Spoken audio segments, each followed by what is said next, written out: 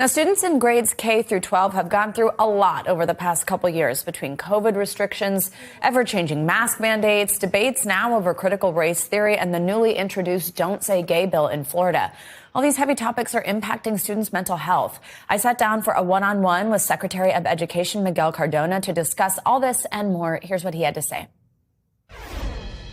I think we still don't know, of course, the full impact of COVID in so many facets of life, including in the classroom.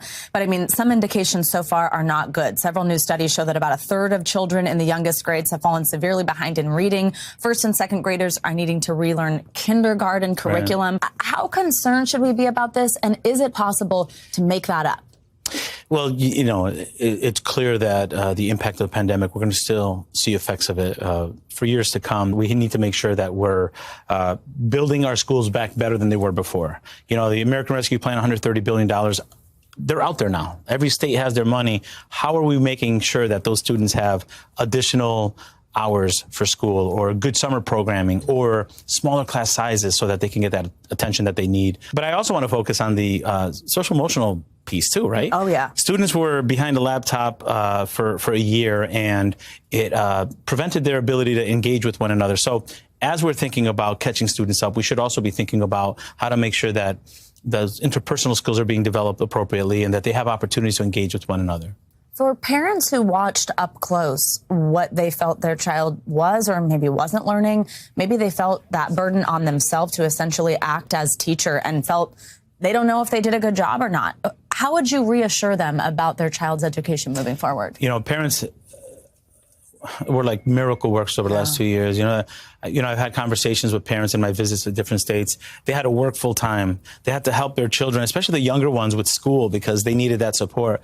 So parents have the right to ask a lot of questions and to be engaged in what schools look like. We need to do a better job making sure that the parents' voice is part of how we're thinking about spending these funds to improve schools. You've condemned the Don't Say Gay bill, and you said schools receiving federal funding must allow federal civil rights law, including Title IX's protections against discrimination based on sexual orientation and gender identity. Given that you said that, do you believe this bill breaks the law? Where do you think we're at? I had a chance to talk to Florida students, parents, and teachers. And one parent, Jennifer, said it best: stop using my child as a political pawn. But everyone on the call, and these are Floridians, said the intent here is to pick on and marginalize an already vulnerable group. And it's bullying. I heard a teacher tell me, a teacher who is gay, I can't even put up a family picture in my classroom now for fear that my children will be targeted because they have two moms. That's unacceptable in the United States of America. You know, you could veil it as a parents' rights bill. If you want to give parents rights, ask parents to talk about how to spend that $7 billion that's sitting there that our students need for the mental health supports. Let's get our parents engaged in that conversation in Florida. I do believe parents need more rights. I do believe parents need to have more voice. But let's not masquerade. And what we're doing is marginalizing a group that needs our support. But it's bigger than Florida. There's over a dozen states that are doing something similar. And I really feel it's my responsibility as Secretary of Education to let those students know that we're behind them, that we're going to stand behind them, their families, the teachers, to make sure that they have a good experience and that they're not being marginalized before they walk into the classroom. By doing what? What will you do about these? And as you mentioned, it's unrolling in potentially dozens of states. Right. So we're engaging with those families, lifting up their voice, using my position to talk about the importance of inclusion, making sure that we're going after states that are doing things that are pushing students aside. We do have the Office of Civil Rights, but we also have an opportunity to reach out to them publicly, challenge what they're doing, reach out to their state leaders, legislative leaders, and work with our allies across the country to make sure we're bringing attention to support students. Let's talk about critical race theory in classrooms. Critical race theory, CRT, has become this buzzword across the country. What do you think about the approach to race in the classroom and the particular lightning rod that this theory has become? It's my opinion that these are generated to be the boogeymen, to create division in our schools.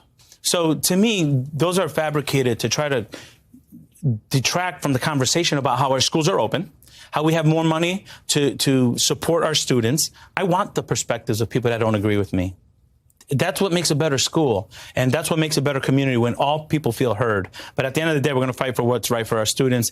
And that includes, in this case, making sure that they're learning about the history of our country and that they see people that look like them in the materials that they're reading. What do you think about the extremities that this has gone to in some places? The total politicization of school board races, even. Yeah. I mean, parents funding races like super PACs. What do you think when you see that in our education system right now? I think as a country, we've experienced trauma together, and you're not seeing, not only in board meetings are you seeing it, the reality is there's a lot of fatigue and a lot of frustration over what was missed over the last 2 years. But I really do believe schools are places that bring people together. I believe that parents should have a right to go to a board meeting and express how they feel. Civility must prevail, but democracy is that. It's coming together with different ideas.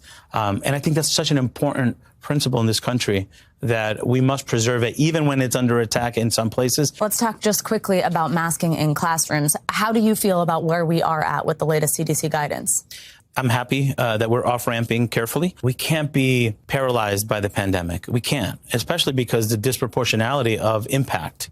We have to keep our schools open. We have to make sure we're catching our students up and giving them more opportunities. So for me, it's really important. But at the same time, in the same breath, I'm going to tell you, we're not out of the woods. There are some students who are immunocompromised, students with disabilities that maybe are very fragile, that we must continue to protect. We've just talked about a lot of heavy stuff, learning loss, Don't Say Gay bill, critical race theory, the pandemic. All of this has just hit all of us so hard, and all indications are that students are not doing well. What are we going to do about the mental health of students after years of being apart, after years of missing life milestones? For the last 2 years, I was worried about COVID. For the next 2 years, I'm worried about complacency. We can't go back to what it was before, where we weren't building our schools with enough mental health supports. We didn't have the funding. Right now, we do have more funds to get this going, but it's going to require more than American Rescue Plan funds to make sure that we sustain the mental health supports that we know our students need. In that same vein, I also asked the secretary about the fact that college enrollment rates are dropping. He said they are. That's true. And he's concerned about it. He said what he wants to do is evolve high schools and do so quickly so that there's more career opportunities, more college experience exposure earlier on in that time period. So he thinks there is a solution to that? Yeah. And he actually says that for him, it's going to be reimagining education as a whole. And I said, well, how? And are you really going to do that? He said, yes, I'm talking internships and high school, really bringing that exposure right away. And he says he has a plan where that's what he's really going to be doing. And it's a huge focus for him right now. All right. Something to keep an eye on. Thanks, Savannah. Exactly. Appreciate that. Good interview. Yeah.